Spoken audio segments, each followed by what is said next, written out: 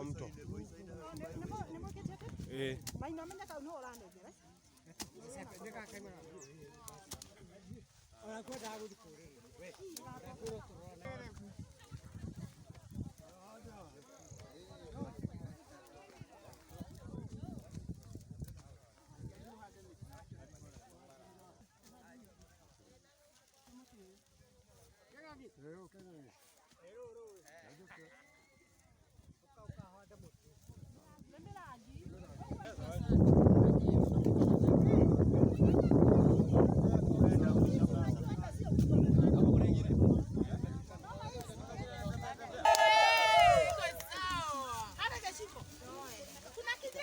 Mkono.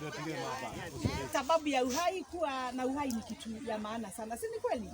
Tumeona watu wengi hiyo mwaka, wengine hata hawakuvukisha sababu ya mashida fulani zile tu tunajua. Kwa hivyo tuko na kitu ya kushukuru Mungu, si ndio?